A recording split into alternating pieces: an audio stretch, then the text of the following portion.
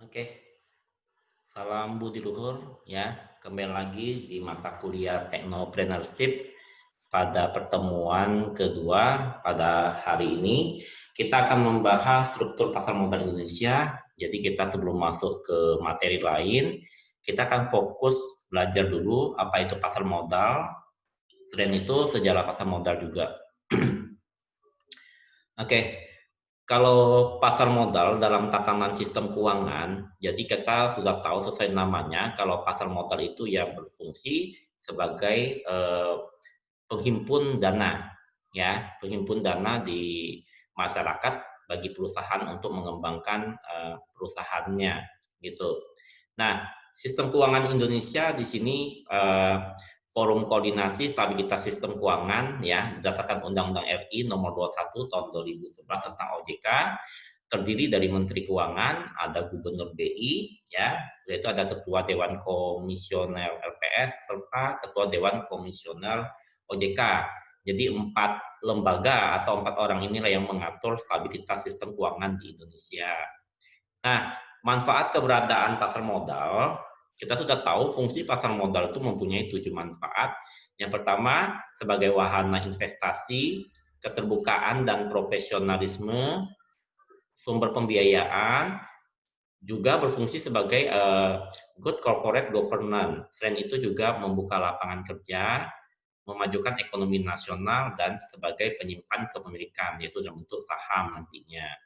Nah, sejarah pasar modal, jadi pasar modal ini tahun 1992 ya itu diswastanisasi ya. Jadi awalnya Bapepam berubah menjadi Badan Pengawas Pasar Modal itu tanggal 13 Juli tahun 1992 ya. Itu adalah swastanisasinya Bursa Efek kita tahun 1992.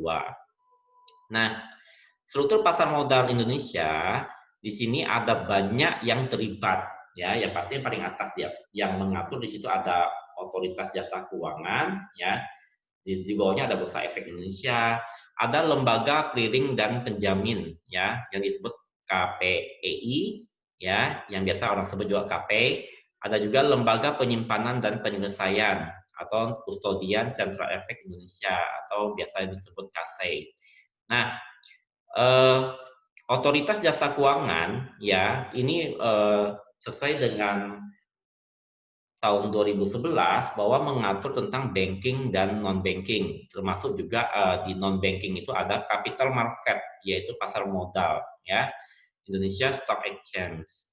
Nah, dari tiga hal ini ya, jadi inilah tiga lembaga yang sama-sama kerjasama dalam mengatur pasar modal Indonesia, yaitu ada pasti lembaganya ada IDX ya, Indonesia Stock Exchange, udah itu ada KPI tadi sama KSEI ini. Nah, di bawahnya ada mengatur beberapa lembaga lagi, yaitu ada credit rating, di sini ada namanya Pevindo, ada Capital Market Education, ini TISMI ya, ada Investor Protection Fund, ya, ada Bond Pricing Agency, ada Media Channel, dan Indonesia Securities Fund. Nah, makanya nanti sebelum Anda masuk ke lebih dalam ke pasar modal, nanti kalau kita mau transaksi itu harus punya akun. Nah, akun itu di mana dapatnya akun itu nanti didapatkannya kita bisa daftar di salah satu sekuritas ya di Indonesia.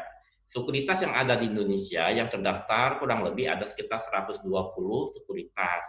Nah, eh, di sini Bursa Efek pasti mengatur banyak fungsi. Yang pasti tujuan utama dari Bursa Efek yang menghimpun dana bagi nanti emiten atau perusahaan ya, gitu. Nah, emiten kita sudah tahu bahwa di masyarakat itu kita sering menggunakan produk-produk ya dalam kehidupan kita sendiri gitu, dari ke produk yang kita gunakan dalam kehidupan sehari-hari pasti punya perusahaan. Nah, kadang perusahaan itu perlu ekspansi. Nah, gimana cara menghimpun dana untuk ekspansi? Cara yang paling mudah adalah mobilisasi dana masyarakat dengan cara perusahaan masuk ke pasar modal ya.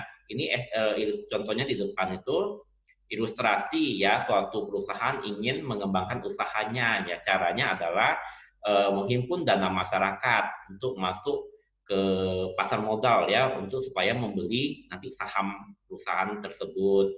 Nah, proses go public jika kita memiliki perusahaan tapi kita ingin menghimpun dana di masyarakat melalui pasar modal, ada beberapa tahap ya, ada 5 tahap. Pertama, penunjukan underwriter ya dan persiapan dokumen ya. Yang kedua yaitu penyampaian permohonan pencatatan saham di Bursa Efek, itu kurang lebih membutuhkan waktu 1 sampai 4 minggu. Kemudian penyampaian pernyataan pendaftaran ke OJK itu kurang lebih perlu waktu 6 sampai 9 minggu. Kemudian penawaran umum saham pada publik kurang lebih 1 sampai 2 minggu ya. Nah, yang terakhir baru pencatatan dan perdagangan saham di perusahaan di Bursa Efek gitu. Nah, tujuan dari manfaat IPO ya, IPO adalah kita menawarkan saham perusahaan kita ke publik untuk pertama kalinya.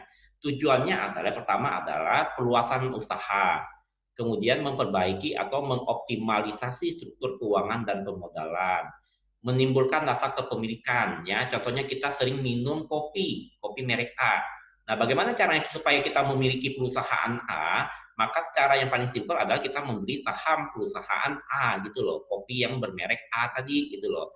Selain itu, fungsi dan manfaat IPO meningkatkan produktivitas karyawan ya, dengan perluasan perusahaan maka dapat menghasilkan atau menambah banyak karyawan, meningkatkan profesionalisme manajemen, meningkatkan company image atau company value nilai ya. Nah, kemudian syarat untuk IPO otomatis perusahaan akan lebih transparan dalam hal keuangan yang disebut dengan istilahnya adalah good corporate governance gitu. Dan berikutnya yang paling terakhir adalah menjaga kelangsungan usaha gitu. Nah, konsekuensi IPO ya boleh dikatakan negatifnya ya pasti dulu misalnya perusahaan yang kita miliki 100%, otomatis kalau kita sudah masuk ke pasar modal otomatis sharing kepemilikan saham di perusahaan tersebut kita berkurang. Udah itu kita harus kewajiban pelaporan ya, laporan keuangan sebagai bukti transparansi kita itu kurang lebih 1 kuartal 1 kali dilaporkannya. Nah, kemudian keputusan atau kebijakan harus perhatikan kepentingan publik ya. Jadi kalau sudah perusahaan sudah IPO, otomatis kepentingan publik adalah nomor 1, bukan keluarga atau kolega. Harus mengikuti aturan-aturan OJK dan Bursa Efek, termasuk aspek keterbukaan informasi yang ada di perusahaan. Nah, persyaratan umum pencatatan efek ya. Jadi ada yang tanya-tanya nih, gimana sih kalau kita punya perusahaan kita mau masuk ke pasar modal ya. Kita tahu bahwa ada 2 jenis boleh katakan pencatatan efek. Yang pertama ada saham, ada obligasi ya. Kalau saham bukti kepemilikan saham ya, bukti kepemilikan perusahaan. Tapi kalau obligasi ini biasanya bersifat surat utang yang diterbitkan oleh perusahaan.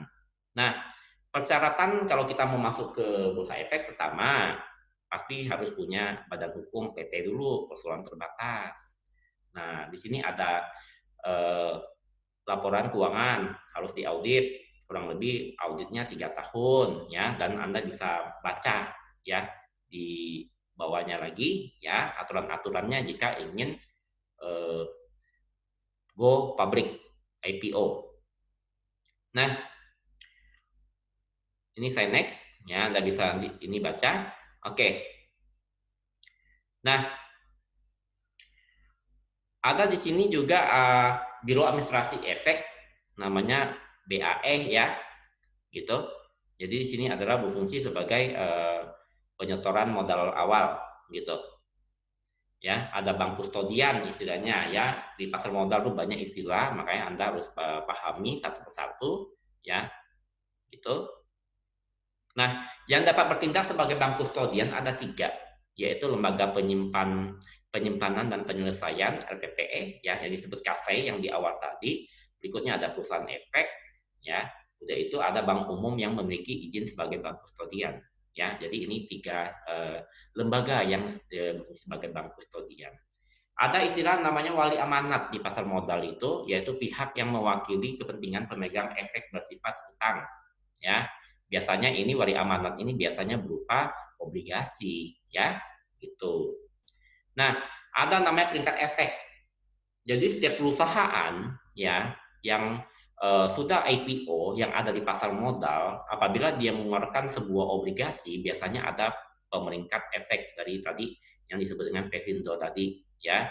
Jadi mereka biasanya setiap berapa bulan sekali mengeluarkan peringkat efek ya, termasuk utang dan lain-lainnya. Nah, ya. Dan ini syarat-syaratnya ya, penyelenggara program perlindungan investor. Oke, jadi ini adalah dokumen yang dikeluarkan oleh TISMI gitu ya. Jadi TISMI berfungsi sebagai edukasi pasar modal di Indonesia ya. Nah, jika Anda nanti ingin mau belajar lebih dalam lagi tentang pasar modal, nanti bisa hubungi saya ya. Lebih kita bisa langsung lebih dalam lagi. Jadi di sini ada profesi penunjang ya. Ada yang pasti dalam pasar modal itu ada difungsikan, ada akuntan, ada konsultan hukum, ada penilai dan notaris gitu ya. Nah, ini adalah peranan lembaga dan profesi penunjang. Nah, ya, saat IPO saham atau obligasi ya, di sini ada dibagi dua ya. Jadi IPO itu bisa saham atau obligasi. Di sini ada penilai, ada fungsi kasai, ada BAE tadi yang bagian administrasi saham. Jadi di dalam pasar modal itu banyak lembaga atau orang yang terlibat itu. Nah, investor ya, yang pertama Anda lakukan, ayo buka rekening efek dulu. Dulu kalau kita ingin transaksi saham mungkin perlu uang berapa juta, tapi sekarang perlu hanya 20.000 Anda sudah bisa transaksi saham ya, buka akunnya gratis gitu loh ya, buka akunnya gratis. Dari setelah buka akunnya gratis, nanti Anda bisa ya deposit 20.000 juga bisa. Kalau Anda beli saham yang gocapan udah dapat 4 lot gitu ya. Nah, ini sekarang kalau KP, KC itu transaksinya T+3, tapi sekarang sudah diubah menjadi T+2 ya, bukan T+3 lagi. Jadi kalau kita jual saham, beli saham, udah itu kita mau pakai dana nih, itu cukup hanya 2 hari sudah bisa dicairkan uangnya, gitu ya.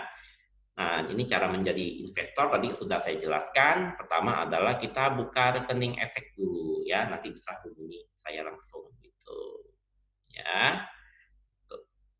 Nah, jadi jenis-jenis akun nanti ada berapa macam ya, ada yang konvensional, ada yang syariah.